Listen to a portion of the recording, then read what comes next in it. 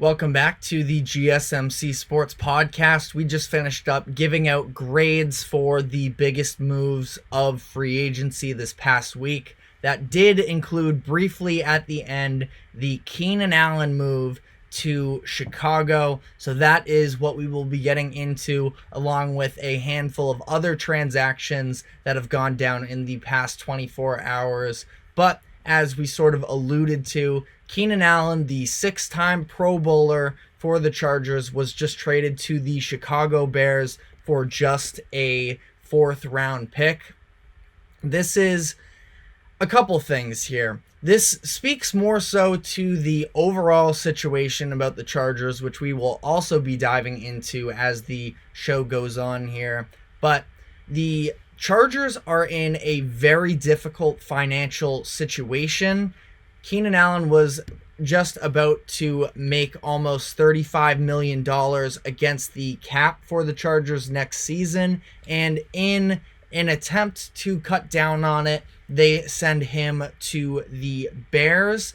Now, for the Bears, I love this move because they are able to pair him up with DJ Moore, and whoever's going to be in at quarterback for them next season gets another weapon. I do think that this probably further indicates that we are going to get Caleb Williams, or should they like somebody else in the draft, maybe one of them. Jaden Daniels has gotten some buzz, but it is likely going to be, I think, Caleb Williams. And just with the fact that now Keenan Allen will be an expiring free agent after this season, but I also do feel like there is some level of they aren't going to want to spend the money on Justin Fields. Keenan Allen is a big dollar amount this year. I feel like they're probably going to try and want to work out something a little bit longer term. Now, maybe that doesn't happen. Keenan Allen, granted, is also going into his age 32 season, but he's coming off of one of the best years of his career, where he had 108 catches, over 1,200 yards, 7 touchdowns. He set a franchise record for the Chargers last year in terms of receptions. So I feel like the Bears are going to be pretty interested in wanting to keep him past this season. Maybe that's not the case. We'll have to see how the fit works out necessarily. But this is another example of the Bears trying to capitalize as much as possible on this season, on this offseason, to put as much talent as possible around the quarterback position. GM Ryan Poles knows that his job is pretty much on the line in terms of making sure that this next quarterback succeeds. It was just a couple seasons ago where the Bears traded a second-round pick that ended up being the 32nd overall pick. There were only 31 draft picks in the first round, but that ended up being the 32nd overall pick in the draft for Chase Claypool, who was a disaster there in Chicago and really never panned out at all. So this is an incredible upgrade in terms of the quality of move that Poles was able to pull off in acquiring some receiver talent.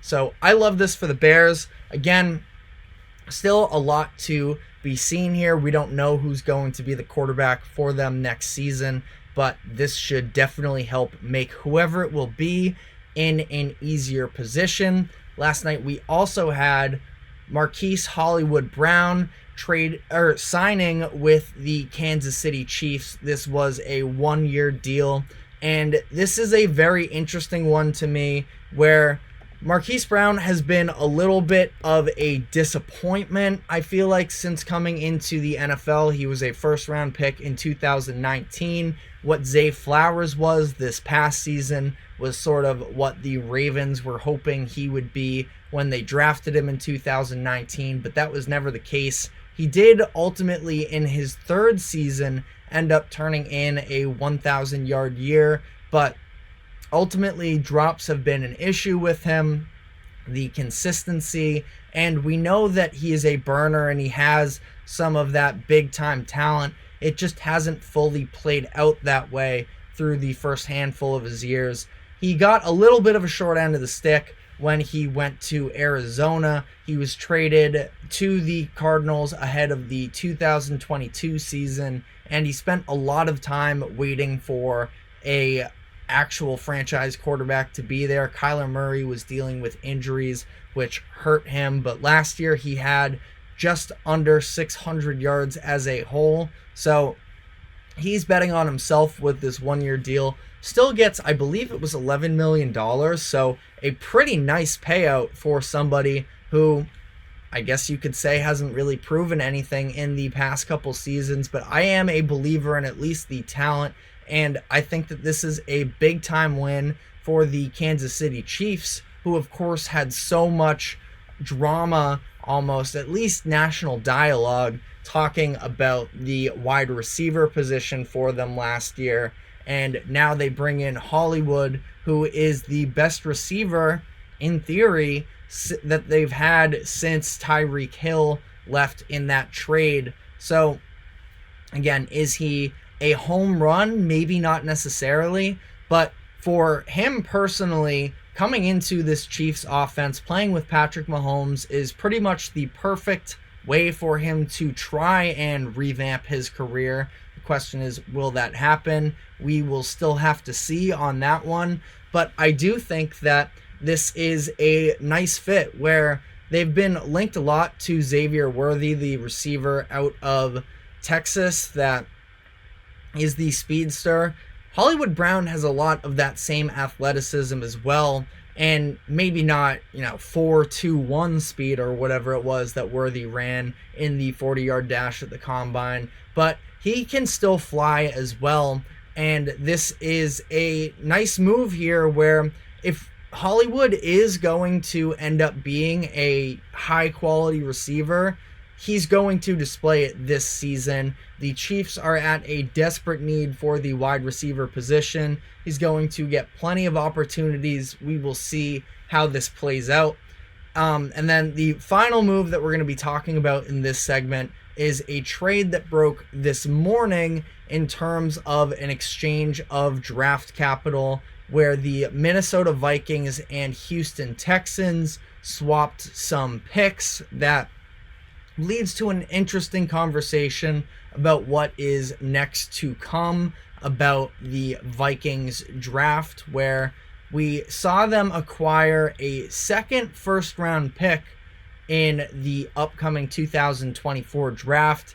They traded their second rounder, which was number 42 overall, a sixth rounder, number 188, and a second rounder in next year's draft to get number 23 from the Texans and a seventh rounder as well. But they now sit with 2 first-round picks, which leads me to believe that they are potentially going to look to package these together to move up in the upcoming draft. The Vikings, of course, just lost Kirk Cousins in free agency, and now they are at a little bit of a situation here where they spend $10 million to sign Sam Darnold to a one-year contract, but that is not really a franchise quarterback move. Now, maybe there are some people out there who still believe in Sam Darnold. I was there at one point. I just feel like the way that the first few seasons played out in the Jets is a little bit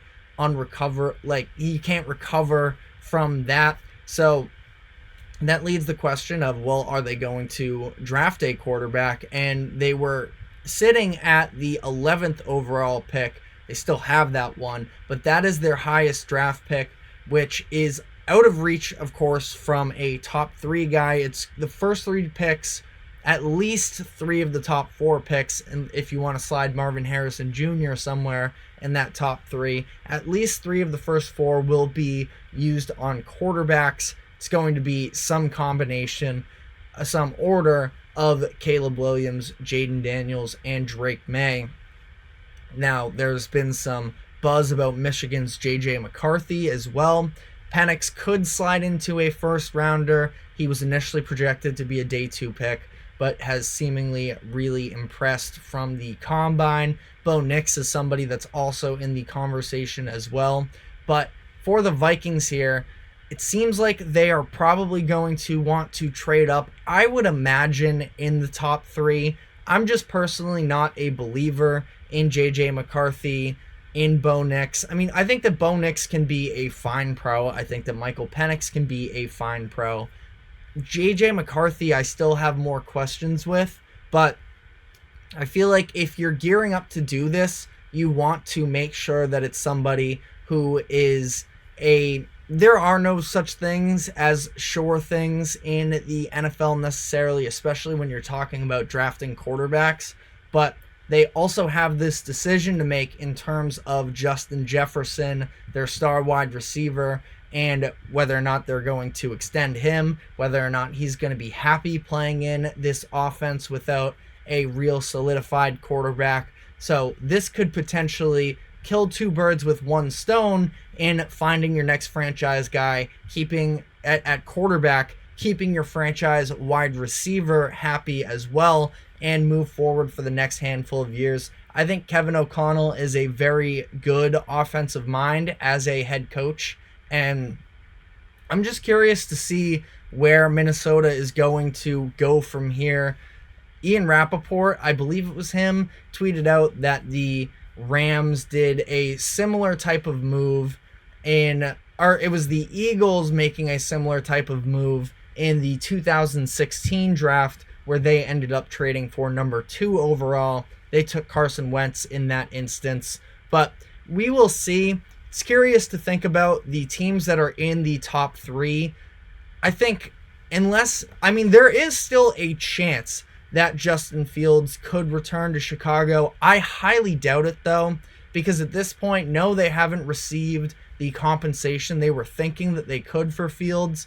But if they were convinced that they were going to move off from Fields going into the offseason, I don't think that it would be good business to then revert on that strategy because of the compensation.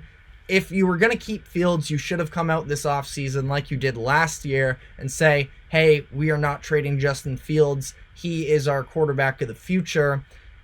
I mean, for Ryan Poles, the GM, I think that the risk reward for him is also much higher to take a new quarterback, reset that clock, because if Justin Fields were to burn out in Chicago and they passed up on the number 1 overall pick 2 seasons in a row, it's not even a question that he is done. That is assuming, of course, that some of these quarterbacks pan out, but we already saw CJ Stroud put together one of the best rookie seasons maybe in NFL history. Anthony Richardson showed flashes. Bryce Young hasn't quite yet, but was a very well-regarded talent coming into last year's draft as well, plus the top 3 guys you have in this year's draft.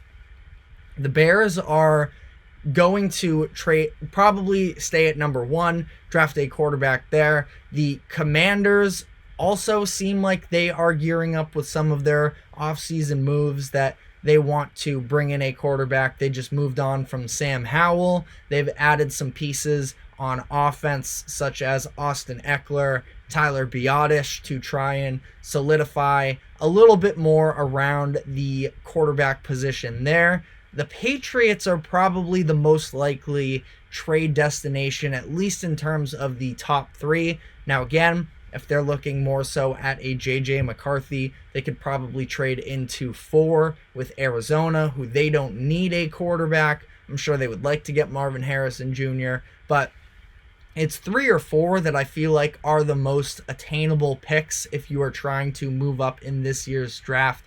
I guess for me, as a Patriots fan, I'm a big believer in Drake May. I would be disappointed if he was sitting at number 3 overall and they didn't use the selection on him, but they obviously do have lots of holes on that offense. So I guess I could get comfortable with it, but that's what I would prefer to see. For the Cardinals, I'm sure, again, they would like a weapon like Marvin Harrison Jr. to help out and really try and get more answers on Kyler Murray, who's had one of the weirder career arcs from a highly drafted quarterback I feel like that we've seen in a while. But I think it would make a lot of sense for them. If there's a team that is desperate for a quarterback, they could probably still get a very solid return in exchange for that 4th overall pick. So we will have to see how this all plays out. We are just over a month away from the draft. So looking forward to it a ton, and we will be sure to keep you updated on all stories surrounding that. But for now, we are going to be taking our second break, and when we come back, I want to circle back around and get more into the Chargers and what the season ahead looks like for them under Jim Harbaugh. So stick with us, and we will be right back.